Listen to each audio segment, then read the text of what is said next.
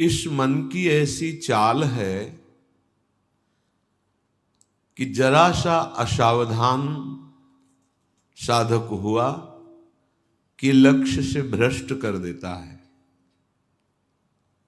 फिर यही मन निरुत्साहित कर देता है, विक्षिप्त कर देता है। इसी के कथनानुसार चले तो इसी ने भ्रष्ट कर दिया।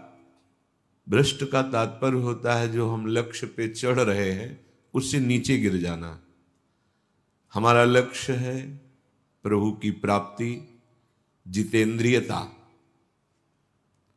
लेकिन ये मन कई तरह से हमें भ्रष्ट करता है। यदि हमारा किसी से कभी कैसा भी संबंध है, कभी ये प्रियता से भ्रष्ट करता है, कभी भय से भ्रष्ट करता है। सामने वाला प्रतिकूल न हो जाए, बहुत ये सावधानी की जरूरत है। ये कभी भय करके, कभी प्रियता दिखा करके प्रियालाल से विमुख मार्ग का अनुसरण करता है। फिर ये इतना जलाता है, इसी ने भ्रष्ट किया, इसी ने मार्ग से गिराया, और यही इतना जलाता है कि फिर निरुत्साहित कर देता है, भगवत मार्ग में चलने लायक नहीं रखता है। बहुत कृपा पात्र और सुजान उपासक वही है जो इस दुष्ट की दुष्टता को पहचानता रहे। बाहर कोई शत्रु नहीं है, बाहर कोई हमारा कुछ नहीं बिगाड़ सकता। हमारा बिगाड़ने के लिए पर्याप्त है हमारा मन। ये मन ही दुर्दशा करे, मन ही इतना नीचता किए हुए है कि हम बार बार शास्त्र की बात सुनते हैं, बार बार सतमार्ग पर चलने का उत्साह बनाते हैं, और ये दुष्ट ऐसी चेष्टा कराएगा, ऐसा संकल्प बनाएगा, फिर गिराकर निरुत्साहित कर देगा। जहां रति कर रहा है मन वहीं लगा देता है। निराश नहीं होना, इसकी चाल को पकड़ो। ये दो प्रकार से फंसाता है, प्रियता और भय से। बहुत मनन की हुई बात है। भयभीत तो होना मत, क्योंकि निश्चय कर लो कि मरना है, तो इससे ज्यादा भय क्या दे सकता है। हमारी इज्जत श्यामा श्याम है, इससे भी भयभीत मत हो। अगर गलती हो रही है सुधार करो, गलती हो गई है प्रभु अहम त्वाम सर्व पापेभ्यो मोक्षयिष्यामि मा शुचः। आपको कमजोर होने की जरूरत नहीं है, बहुत ध्यान से सुनना। आपको कमजोर होने की जरूरत नहीं है। प्रमाद स्थिति में हमसे गलती हो गई, हम उस गलती को दोबारा ना करें। और ध्यान दीजिए, वो गलती कराने वाला आपका मन है। जब आप आनंदित होंगे, जब आप उत्साहित होंगे, तब ये फंसाएगा। इसकी चाल है। इसीलिए उदासीन अति रही गोसाई।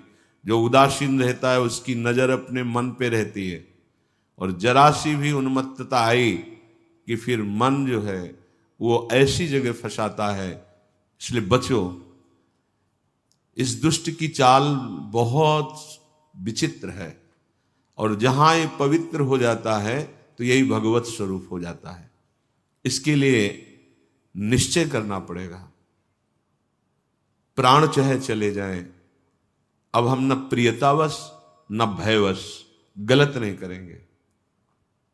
इसे पकड़ो। श्रीपाद प्रबोधानंद जी कह रहे हैं, श्री राधिके त्वं यदि न प्रसीदेह सीदे मत्राप्य मुद विजब्धी तदेश वृंदावन गात्मलोकः कृपा कटाक्षेण सदेक्षणीयः। यदि हम किशोरी जी को प्रसन्न नहीं कर पाए तो हम भारी कष्ट सहते हुए यहां शरीर छोड़ देंगे। श्रीपाद कह रहे हैं। देखो, भगवत प्राप्ति करनी है तो बात समझना होगा। हम ये अंदर की बात कह रहे हैं, बहुत अंदर की पढ़ी हुई बात कर रहे हैं, यहां के रजिस्टर की पढ़ी हुई बात कर रहे हैं। ये बहुत दुष्ट मन है, बहुत दुष्ट। पूरे जीवन इस पर विश्वास न करें। यहां की पढ़ी बात कह रहे हैं। हृदय की बात को कह रहे हैं, खूब सूक्ष्मता से चिंतन की हुई बात कर रहे हैं। भक्ति के आनंद का जहां उल्लास प्रकट होता है वहीं खसक जाता है, बचा के निकलता है और प्रियता या भय दिखा करके फंसा देता है। मत भयभीत होना, इससे बिगाड़ तुझे जो कुछ बिगाड़ना है। जो कुछ अब हो, अब गलत नहीं करेंगे, भयभीत मत होना। और प्रियता तो है ही नहीं, कौन प्यार करता है? प्रियता तो है ही नहीं। ये केवल प्रियता का भाव दिखाकर हमें परम प्रियाजू से बिलक करना चाहता है। इतने बड़े महापुरुष जो ब्रह्मबोध संपन्न है, बहुत बड़ी स्थिति होती है ब्रह्मबोध, कोई साधारण बात नहीं है।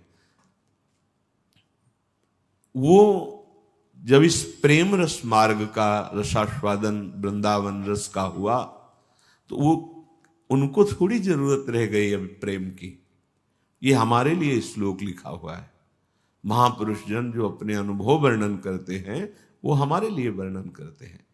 कह रहे श्री राधिके त्वम यदि न प्रसीदे, यदि मैं आपको प्रसन्न नहीं कर पाया इस जीवन में, तो कह रहे हैं आप बहुत कष्ट सहते हुए पीड़ित चित्त के द्वारा मैं अपना देहावसान कर दूंगा, देह छोड़ दूंगा, पर आपसे विपरीत आचरण नहीं करूंगा। बस यहां रुकना होगा, यहां पकड़ो,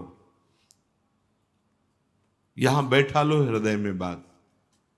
इतना बहिर्मुख हो चुका है उपासक कि वो पकड़ ही नहीं पाता है अपने अंदर की कमी को।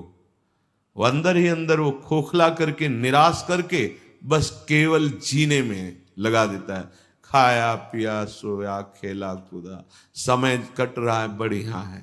नहीं भाई, ये बहुत दुष्ट है मन। बार बार इसलिए कह रहे इस पर कभी विश्वास न करो। जब तक शरीर का होश है तब तक सबसे बड़ा दुश्मन हमारा मन है, दूसरा कोई दुश्मन नहीं। इस दुश्मन को देखते रहिए। ये 5 ज्ञानेंद्रियों को साथ लेकर हर समय हमारे पतन का प्लान करता रहता है, पतन का संकल्प बनाता रहता है।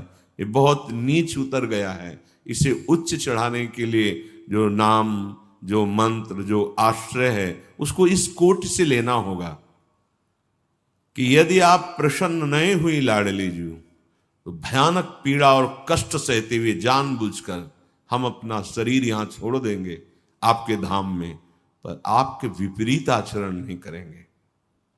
प्रतिकूलस्य वर्जनम। श्री वृंदावन में हमें आपका कृपा कटाक्ष चाहिए, आपका साक्षात्कार चाहिए, आपकी प्रसन्नता चाहिए। नहीं तो अपने जीवन को कष्टमय रखते हुए यहां प्राण त्याग देंगे। भाव समझो, जब इतना दृढ़ निश्चय हो जाएगा तो कोई हमें परास्त कर ही नहीं सकता। ये हमारा मन ही हमको परास्त करता है। एक बार नहीं, लाखों बार इसको देखा है। जहां भक्ति का आनंद उल्लसित हुआ ताए निकल पड़ा, क्योंकि देख रहा है असावधान है, इस समय ये आनंदित है, असावधान है, और वो कहीं प्रियता या भय दिखाकर फंसा देता है। अब वो जो आनंद था वो गुप्त हो जाता है।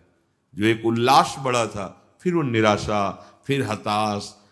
अच्छा उपासक है तो उसको लगने लगता है क्या करूं, जीवन नष्ट कर दूं, ऐसा लगने लगता है, क्योंकि वो लक्ष्य की तरफ बढ़ना चाहता है और मन उसको फुसला करके ऐसे गिरा देता है कि वो निराश होकर देखता है अब क्या करूं, अब कहां जाऊं। पहली बात, निराश नहीं होना है। जिस समय आपकी भक्ति का आनंद उल्लास से युक्त हो, उस समय आपको उदासीन होने की जरूरत है, प्रसन्न होने की नहीं जरूरत है। ये आंतरिक बात कह रहा हूं, सावधानी की। उस समय बिल्कुल निरीक्षण मन के ऊपर ही होनी चाहिए, पूरी दृष्टि, क्योंकि उसी आनंद उल्लास में भागेगा, निकलेगा विषय सेवन के लिए, क्योंकि आपको गिराना है, उसका काम है गिराना।